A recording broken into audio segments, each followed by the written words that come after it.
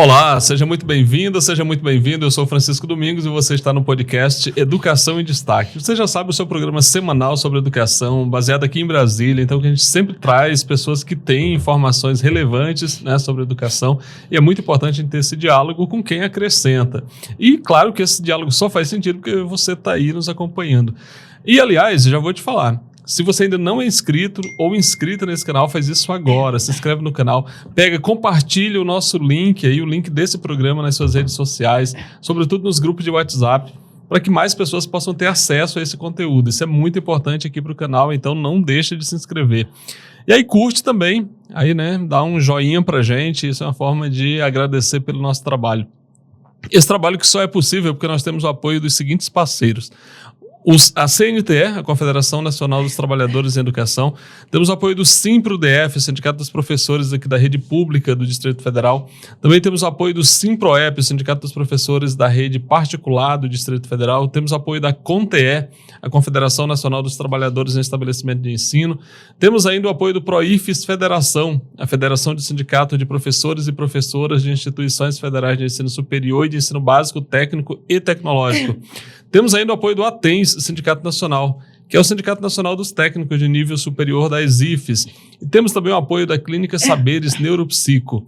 E temos ainda o apoio do Sebrae, parceiraço nosso aqui, que contribui para fazer com que esse programa exista. Então a gente é muito grato ao Sebrae e a todos os nossos parceiros. Por falar nisso, você fica agora com o anúncio do Sebrae. Você ouve, escreve, registra, dá voz. Transforma empreendedorismo em notícia. E a cada notícia, transforma o empreendedorismo. Sua matéria faz história. E histórias como a sua merecem o maior reconhecimento. Esse é o anúncio do Sebrae agora no mês de abril. E é isso. E hoje nós temos uma convidada, como você já viu aí pela chamada do programa, nós temos uma convidada muitíssimo especial que tem uma trajetória longa de serviços prestados à educação no Brasil. E a gente vai gravar um programa exclusivo com ela sobre essa trajetória. Já acertamos tudo, já está tudo ali devidamente organizado. Ela retorna para um outro programa só para a gente falar sobre essa trajetória. Mas hoje a nossa convidada aqui, professora, fundadora do Simpro-DF, fundadora da CUT Nacional e da CUT-DF, fundadora do Partido dos Trabalhadores, fundadora da CNTE, enfim... Vocês já sabem que é muita história, por isso que a gente vai fazer um programa para falar dessa trajetória. Então, a nossa convidada hoje é a professora Lúcia Ivanov, professora aposentada aqui da Secretaria de Educação do Distrito Federal e que atualmente mora um pouquinho no Brasil, um pouquinho fora, mas ela está aqui no Brasil, vai conversar com a gente e nós vamos falar sobre um artigo que ela publicou no Jornal Digital Brasil 247, tratando sobre esse tema que está na pauta do Brasil aí, ou pelo menos muita gente quer que esteja, tem aqueles que querem que o tema seja tratado para beneficiar um grupo e aqueles que rechaçam então essa tese, que é a tese da anistia. Então, professora Lúcia Ivanov, seja muito bem-vinda, é um prazer te receber aqui no podcast Educação em Destaque. Eu que agradeço, eu estou um pouco surpresa que esta semana, em menos de uma semana, por 2 vezes, se lembraram de uma professora aposentada de base, né? Embora eu tenha essa trajetória de militância no movimento sindical, raramente a gente é lembrado para dar uma opinião, assim, nesse momento que tem tanta gente boa para dando opinião sobre tudo, né, e sobre todos. Eu agradeço imensamente a lembrança. Essa lembrança não é à toa, você tem uma história, tem uma trajetória, tem uma contribuição e eu falo especificamente agora desse artigo que saiu no Jornal Digital Brasil 247, ali em meados do mês de março, na segunda quinzena de março, tratando especificamente sobre esse assunto aí que o Brasil discute no momento, que é a anistia. Nós estamos gravando esse programa na segunda-feira, dia 7 de abril. Ontem, domingo, inclusive, aconteceu uma manifestação aí dos aliados do ex-presidente Jair Bolsonaro, defendendo, então, uma anistia para os criminosos ali, os golpistas do dia 8 de janeiro. E o seu artigo, ele começa, faz uma excelente introdução, gostaria que você falasse aqui para os nossos ouvintes agora, para os nossos espectadores, a tese desse artigo, por que falar de não anistia nesse momento, qual a importância disso para o Brasil agora? Olha só, estou entre as pessoas que, desde a ascensão do ex-presidente da República ao cenário político, e ele ascendeu da pior forma possível, ele ascendeu porque ele defendeu o estupro da Câmara dos Deputados, ele ascendeu porque ele convocou a memória do pior torturador da ditadura militar para dizer que era o terror da Dilma. Ele ascendeu porque ele se manifestava sempre de maneira grosseira, de maneira sem compostura, de maneira equivocada quando se referia a negros, como se referia a mulher, quando se referia o pessoal LGBTQIA+. E desde o momento em que esta figura grotesca, pavorosa, ela começa a aparecer na mídia, e é impressionante como a mídia deu espaço para esse tipo de coisa, eu recuperei a memória do nazismo.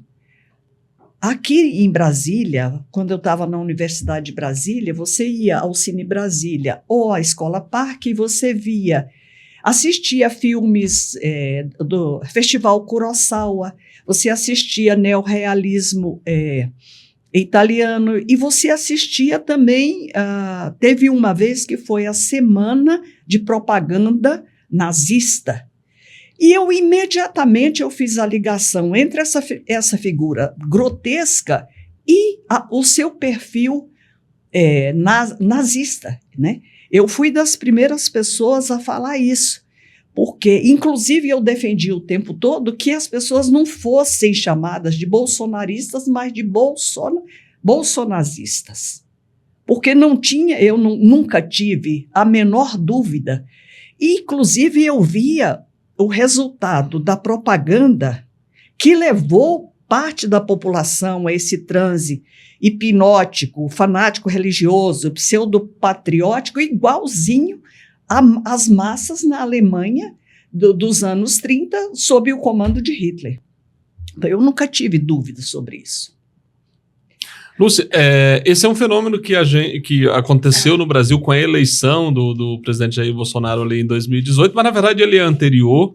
E no mundo todo ele vem se manifestando já há algum tempo. Então eu gostaria que você fizesse uma relação com fenômenos semelhantes que acontecem no mundo. Por exemplo, a gente teve a eleição de Donald Trump nos Estados Unidos, não é? Agora tem a reeleição dele depois desse mandato tampão ali do Joe Biden. Na verdade, não é um mandato tampão, foram 4 anos, mas interrompendo o que seria o segundo mandato do Trump, mas agora ele voltou. Só que na eleição dele lá, já em 2016, já era um sinal de que as coisas não iam bem, não é? E eu gostaria que você fizesse um paralelo sobre essa ascensão desse pensamento nesse momento histórico. É a ascensão da direita no mundo todo, né? E um dos grandes problemas, eu queria pontuar, com essa eleição do Trump, é que isso e os descalabros, a barbárie que ele propõe ao mundo todo, faz-nos pensar distraidamente que republicanos são piores do que os democratas, né? Quando, na verdade, não são piores, né? E quem sabe, quem conhece a história das invasões, dos golpes patrocinados pelos Estados Unidos, sabem que eles não têm grande diferença. Mas a truculência, o racismo, a maldade, a falta de noção, a arrogância do Trump nos leva em algum momento a pensar que não, foi pior. Não, porque nos Estados Unidos, pelo menos com os democratas, os direitos civis são respeitados, sim, os direitos civis do norte-americano branco. Cadê os direitos civis do povo do Afeganistão? Cadê os direitos civis de uma nação que era chamada de Líbia? Cadê os direitos civis de uma nação chamada Iraque? Entendeu? Então, esse é o primeiro problema. E os nazistas que se inspiraram lá. E eles são assim, eles vivem de mentira. O Trump é filho de imigrante, né? Mas eles não têm o menor pudor de desvirtuar a história e ir para cima. Eu acho que o que aconteceu aqui no Brasil por que, Francisco, por que eu tenho insistido nessa história de recuperar a história do nazismo?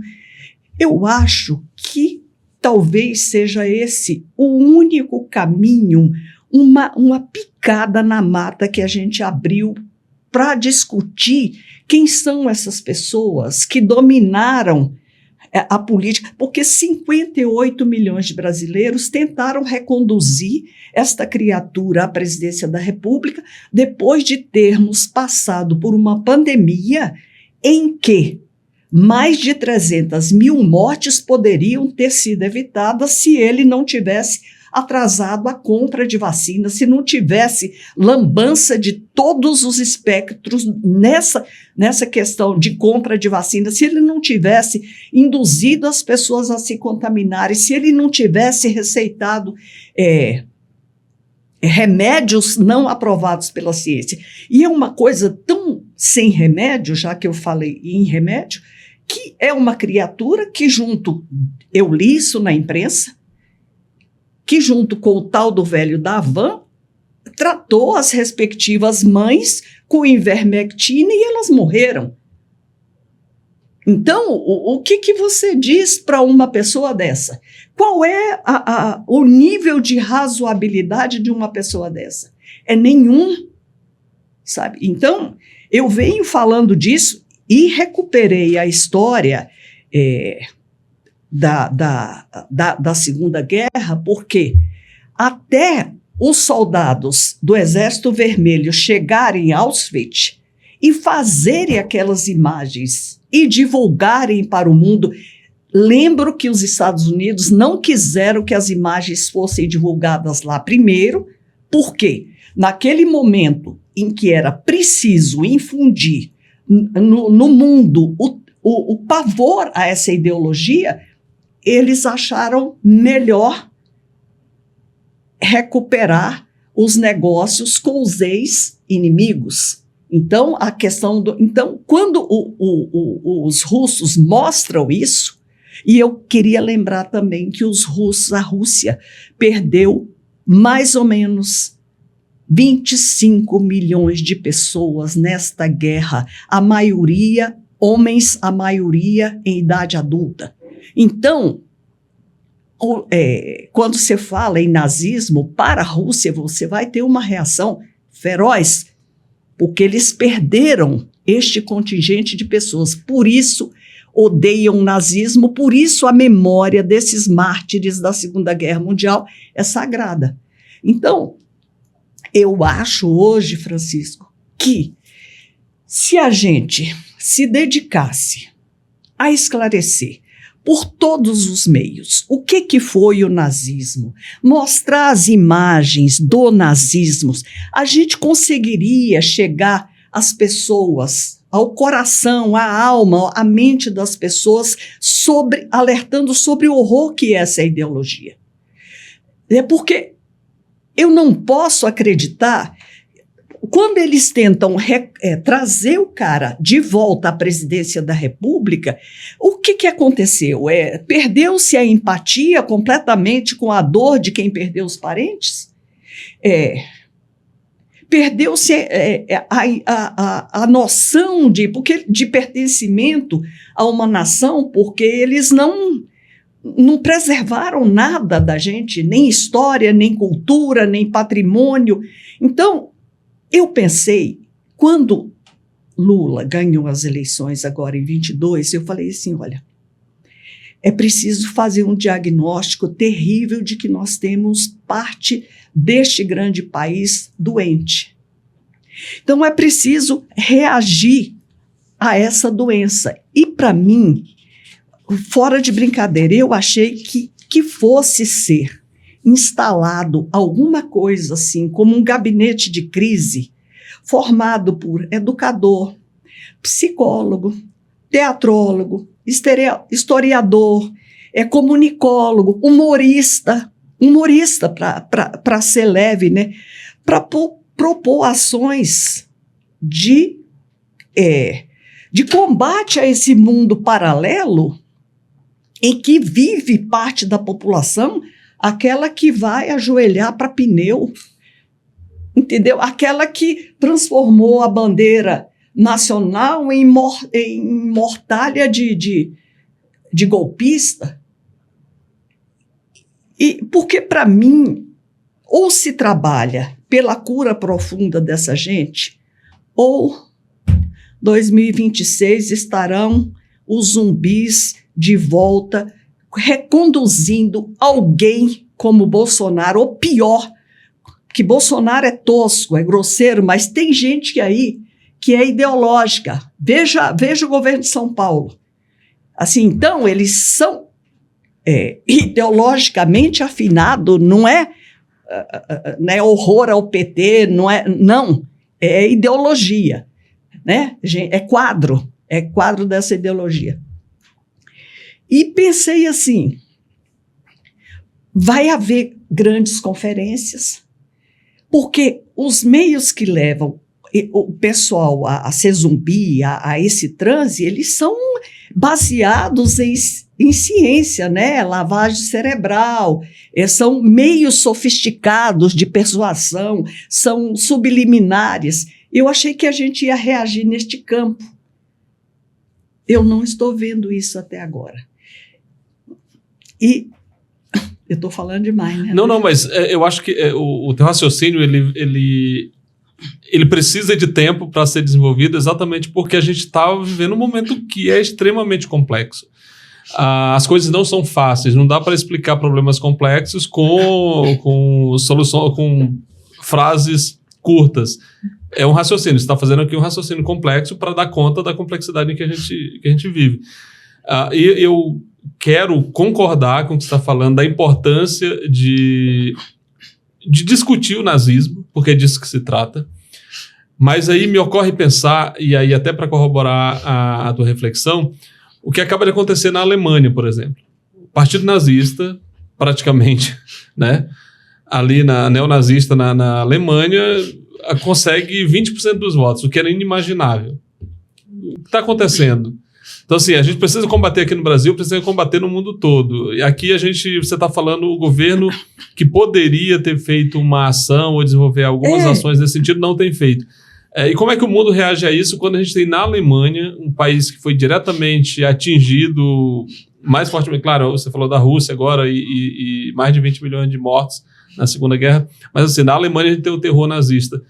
Como é que a gente lida com isso, Lúcia?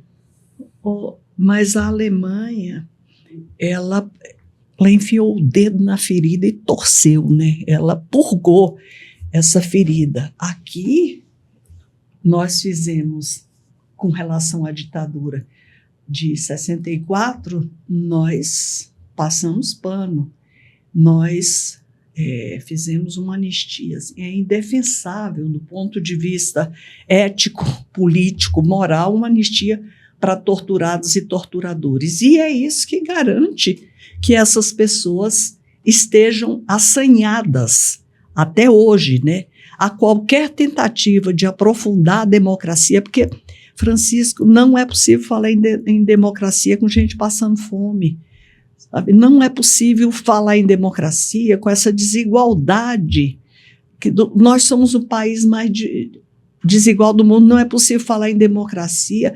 O Brasil está matando mulheres como se mata rato, pombo, de atropelamento, de facada, de tiro, dentro da viatura policial, dentro da delegacia de mulher,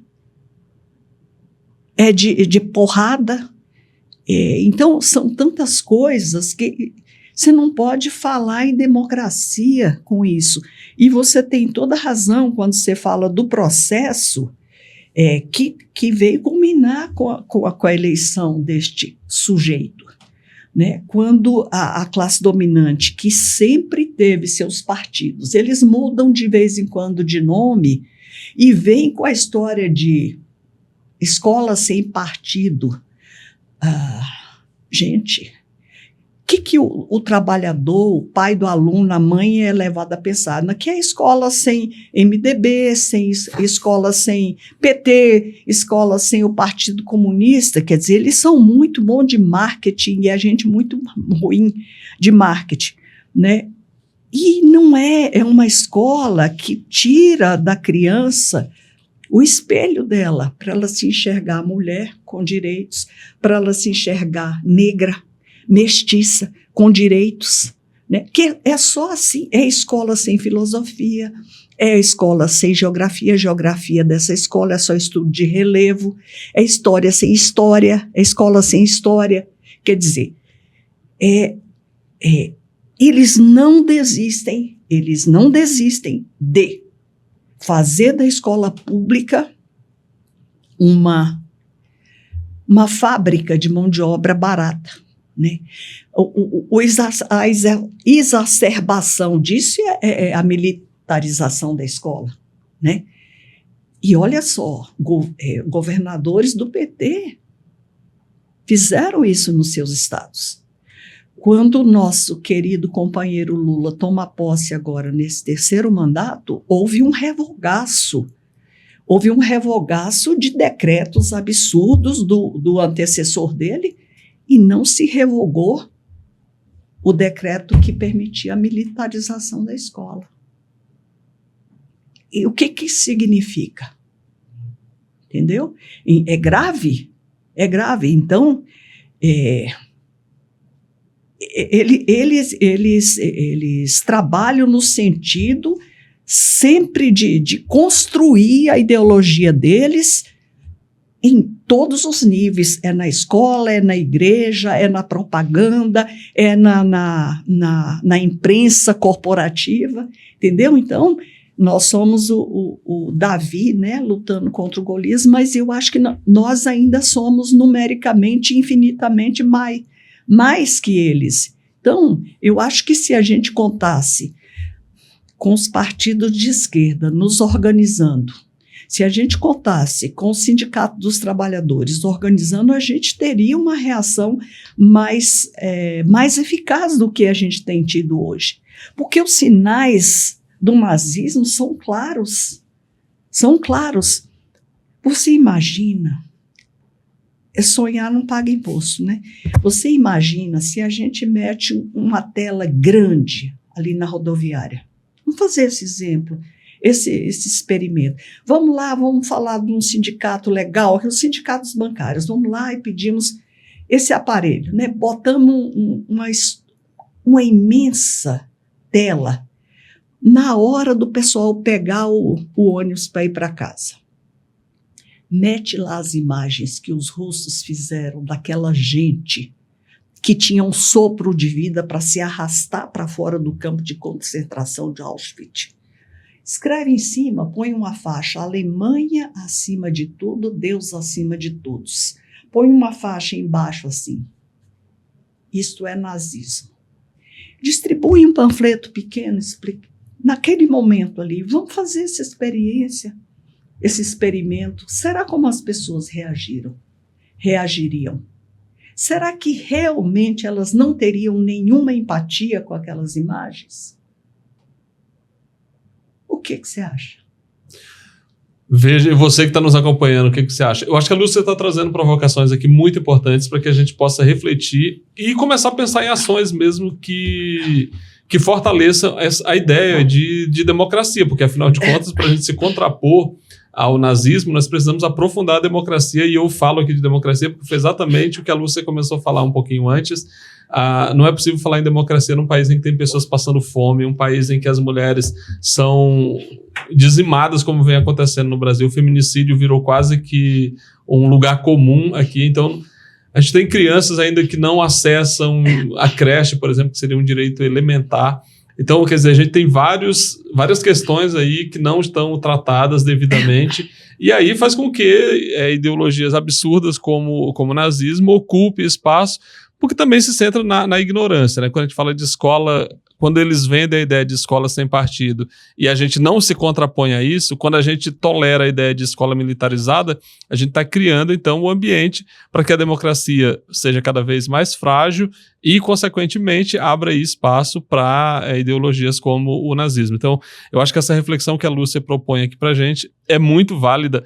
E se não é possível colocar um telão na rodoviária de Brasília ou na rodoviária de qualquer cidade aí onde você está nos acompanhando, talvez seja possível a gente fazer um card e distribuir pelas redes sociais. Todo mundo tem WhatsApp, tem Instagram, tem Facebook, enfim. Vamos colocar isso lá e fazer com que chegue a mais pessoas.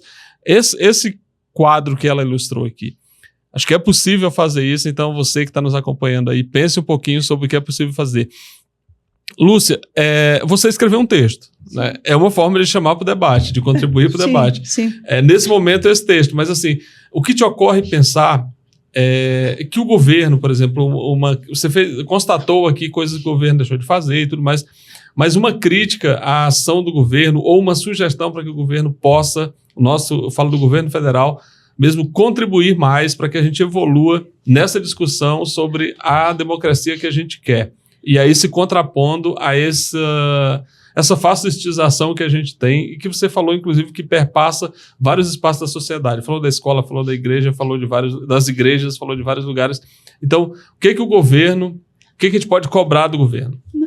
Olha, eu sou bastante...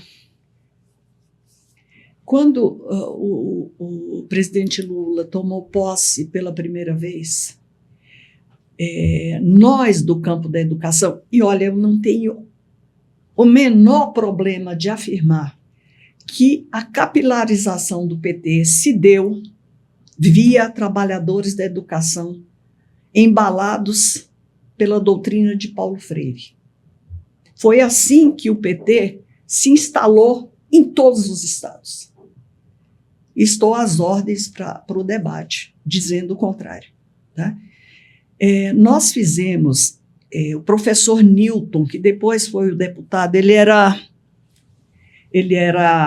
reitor da Universidade de São Carlos, mas o professor Ibanes, da Universidade de Brasília, que foi secretário de Educação no governo Cristóvão, eles comandaram um processo que foi levar a todas as regiões do Brasil e recolher a discussão e recolher a opinião dos trabalhadores em educação em cada estado. Isso foi feito e eu acompanhei, secretariando todas as regiões, todas. Nós elaboramos, o professor Newton cuidava da ciência e tecnologia e ensino superior e o professor Ibanes de creche ao ensino médio. Nós recolhemos opinião e propostas e formatamos um documento chamado Uma Escola do Tamanho do Brasil, que foi entregue a Lula. Lula entregou esse documento ao professor Cristóvão. A impressão que dá é que ele não andou folheando isso, mas naquele ministério nós tínhamos... Vieram trabalhadores de educação de todo o Brasil, Rose Pavan, veio Janete Beauchamp, veio o Chagas do Rio Grande do Norte, veio o Horácio de Pernambuco, quer dizer, vieram as pessoas que construíram a luta pela educação de qualidade nas entidades sindicais para esse espaço no MEC, e lá tinham que disputar com os tucanos que eles tinham mantido lá, porque nós não vamos aprender nunca. Eles tomam posse, quando ganham, a primeira coisa que eles fazem é varrer. É petista? Varre, tira. Nós não, nós mantemos e a gente tem que se digladiar com eles para fazer valer aquelas coisas que a gente defendeu a vida inteira, com o professor Paulo Freire, com o professor Moacir Gardodi, com o professor Miguel Arroio. Mas eu te pergunto, no MEC sempre tivemos engenheiro, advogado, economista, enfim, eu não estou falando mal das pessoas, eu estou dizendo que no MEC tinha que ter não é um professor de qualquer matéria, é um educador, uma educadora, entendeu? Eu acho que esta reação à ascensão do nazifascismo não se dará sem educação. Não se dará. Porque quando você tem notícias de que na capital do país, cerca de 60, 70, eu não tenho essa estatística, votaram em Bolsonaro e votaram no Ibanez, que é o pior governo, é o pior, de longe. Eu moro aqui em Brasília desde 68. Não existiu um governo pior do que este, Ibanez Celina, sem oposição, diga-se de passagem, né? Com uma prática de contrato especial que é deprimente, que é anticonstitucional e ninguém faz nada. Se você pegar um documento do Tribunal de Contas de Pernambuco, ele está lá chamando a atenção que você não pode permitir que o professor, que o servidor público seja terceirizado nos níveis que está em Brasília. Eu acho que atinge 70%. O Guide não está aqui para me dar esse dado, mas é muito grande. Então, como é que você pega um trabalhador, uma trabalhadora que vai educar os filhos da classe trabalhadora, que vai para a sala de aula sabendo que no fim do ano ele não tem 13º, sabendo que no fim do ano ele não vai ter férias pagas, sabendo que no ano que vem ele não pode não ser contratado. Gente, entendeu? E basta, qualquer cidadão, qualquer entidade pode entrar contra isso, porque é anticonstitucional. Você vai a um posto de saúde, tem um vigilante lá, você pergunta quanto ele ganha salário mínimo. Vai mais adiante e pergunta quanto ele custa ao Estado, ele custa quase R$10.000. Então, se instalou essas duas pragas, que são terceirização, que é a escravidão moderna, e o contrato especial, né, que não dá ao trabalhador, particularmente à professora, nenhuma segurança, nenhuma tranquilidade, não faz formação. O professor não vai fazer, eles não vão fazer formação. Por outro lado, qual é a vantagem para o Estado burguês ou para o patrão? Ele não se mobiliza. Porque ele não passou pelo crivo de um concurso público que dá a ele respeito, que dá a ele direitos. E ninguém faz nada. Então, quando você fala da ascensão do nazismo e do perigo que isso é, gente, nós somos negros, nós somos mestiços, nós somos índios. Isso aqui, se acende devidamente o nazismo, vira um grande campo de concentração. Que na Alemanha os campos de concentração foram inicialmente para colocar negro, cigano, né? Quem mais? Homossexual. E depois foi para os judeus, né? Porque esta é uma ação que tinha que ser governamental, articulada com a sociedade civil. E eu te pergunto, todo mundo fala, os meios de comunicação são concessões públicas. Como assim? Para o governo botar um anúncio, tem que pagar uma nota. E o nosso governo tem evitado cortar o Jornal Nacional e aparecer, dar o recado para as pessoas, conversar. Que história é essa? Então tem que ser uma ação articulada, sociedade civil e sociedade, instituições e governo, enquanto é possível, porque é uma questão que tem que ser discutida na sala de aula. E olha, Francisco, as imagens... Uma coisa que eu queria chamar, se eu tiver tempo, atenção, é o seguinte, que eu ponho no artigo. As pessoas não perceberam que Boçal Nazi era nazista? Pelos discursos, pela retórica, pela maneira como tratou negros, pela maneira como tratava a mulher, pelo desapreço absoluto à nação brasileira, a seu patrimônio, a sua cultura, a sua história, pela sua truculência, pela sua retórica de dizimar o inimigo. Alguém esqueceu aqui Petralhada, que ele ia matar a Petralhada, entendeu? Quer dizer, então a leniência, a conivência, a complacência das instituições em funcionamento, por que a candidatura dele não foi cassada? Não tinham morrido 300 mil pessoas a mais na pandemia?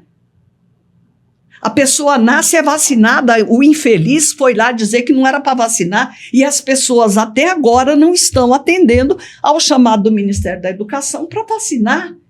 Entendeu? Por que não foi cassada a candidatura dele? Todo mundo faltou a aula de história nesse dia e não reconheceu os sinais do nazismo? Então, os nossos programas eleitorais do PT ou do PSOL, ou sei lá de quem mais, mencionaram isso alguma vez? Eu, evidentemente, não acompanhei tudo, mas com certeza não denunciaram. Né? Então, hoje, o perigo ronda, o perigo é real, ele é concreto, é apoiado pelo maior estado terrorista do mundo, que são os Estados Unidos da América. Né? Nós sequer, quando nos referimos a eles, dizemos americanos do norte ou a estadunidense americano. Não, eu também sou. Eu moro na Suécia 6 meses por ano. Quando a pessoa fala, fulano foi para a América, eu falo, mas que legal, foi qual América? A pessoa fala assim, não, sim, porque são 3. Ele foi para qual América? Entendeu? Então, tem que ser uma ação articulada. Essa deputada alemã que foi eleita agora, que botou a esquerda dentro do parlamento de novo, Heidi, não sei falar o sobrenome, ela fala de fazer um cordão sanitário. Quando Bolsonaro, eu tenho a impressão que na mente obtusa e ruim dele, quando ele começou a propiciar, a incentivar as pessoas a se contaminarem, quando ele põe um corrupto para comprar vacina, quando ele fala para não tomar vacina, eu acho que na mente obtusa dele, talvez quem fosse morrer só os pobres, os pretos, as bichas, né? Vamos lá, entendeu? E morreu todo mundo. E o que fazem certas religiões? Ela faz a pessoa elaborar coisas como, olha, na minha família, na família de fulano, ele perdeu a irmã, perdeu o pai, o outro perdeu a mãe, o outro perdeu o filho, mas na minha família, graças a Deus, não perdi ninguém. É o Deus que cuida só da família dele. Sim, né? Então tem um Deus particular privatizado, né, deles, que é incentivado pelos estelionários da fé que estão nas igrejas por aí levando o povo para o matadouro. Quando a gente fala de gado, é por causa dessa imagem terrível que é o eleitor suicida. Ele vai votar em quem vai matá-lo, ele vai votar em quem vai tirar os direitos dele, entendeu? Então, qual é o papel? Não vai se reverter isso sem educação, sem cultura, sem o rapper lá cantando, falando contra a militarização da escola, sem o funkeiro lá dizendo que nós somos sujeito de direitos, né?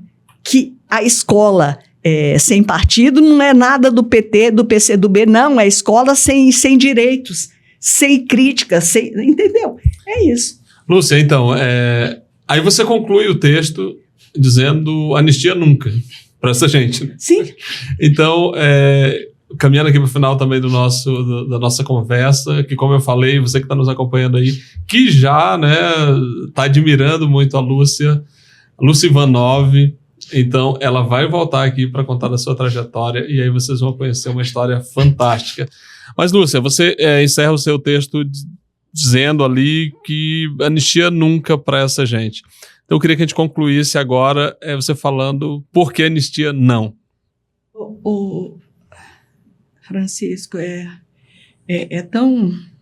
tanta assim vergonhice, é tanto cinismo, tanta hipocrisia alguém vir falar em anistia para o que eles tentaram fazer em 8 de janeiro, que foi um processo que começa com a leniência, o não reconhecimento, uma candidatura nazifascista à presidência do Brasil e com o devido expurgo dela. Então essas pessoas se o golpe tivesse dado certo, hoje, com certeza, eu já não estaria falando o que estou falando aqui neste seu programa. Nós já estaríamos chorando nossos mortos, quando a gente ainda tem mortos insepultos da ditadura passada. Então, não me venham com história de gloss, batom. Não. Essas pessoas queriam matar Lula, queriam matar Alckmin, queriam matar Alexandre de Moraes. Essas pessoas queriam transformar esse Brasil num grande campo de concentração, porque eles são nazistas e nós somos negros e nós somos mestiços. Então, falar em anistia é de uma falta de vergonha, mas é também uma consequência da impunidade histórica sob a qual essa gente vive.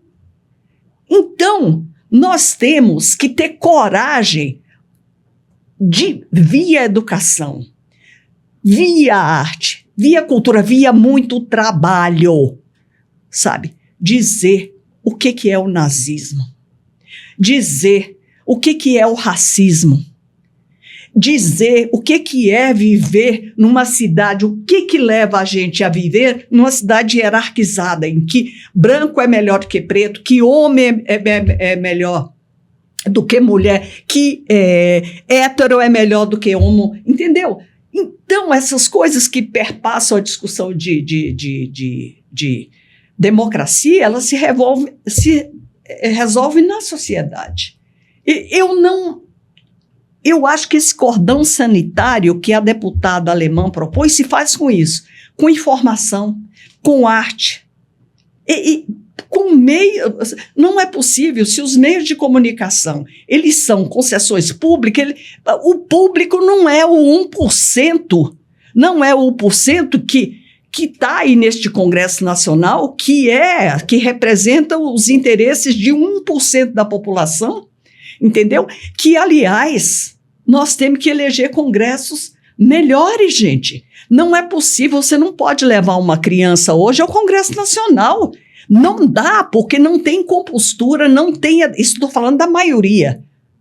Né? Tem as Éricas Cocais lá que são obrigadas a viver esta grosseria, diuturnamente, com gente sem modo, sem educação, sem conhecimento, sem respeito algum por ninguém, entendeu? Então, essa ação contra a ascensão do nazismo e a sua definição, ela passa pela educação, pela informação, pela cultura, pela arte e por gastar o chinelo na rua, gente. E anistia conversando. Não. E anistia não.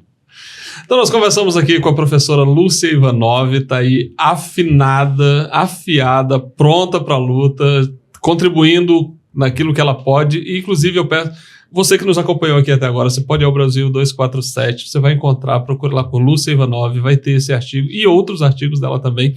Esse artigo é excelente, um artigo longo, mas que vale muito a pena a leitura. E você que nos acompanhou até agora, muito obrigado pela sua audiência. Compartilhe esse conteúdo aí nas suas redes sociais. O link desse programa você pode colocar nos seus grupos de WhatsApp. Certamente muito mais gente vai poder ter acesso a esse conteúdo, vai conhecer a Lúcia, quem ainda não conhece, vai admirar, porque aqui nós temos uma lutadora, alguém que tem uma trajetória a vida inteira dedicada à causa do Brasil, à causa de quem mais precisa nesse país. Então, muito obrigado. Até o próximo programa, até a próxima semana.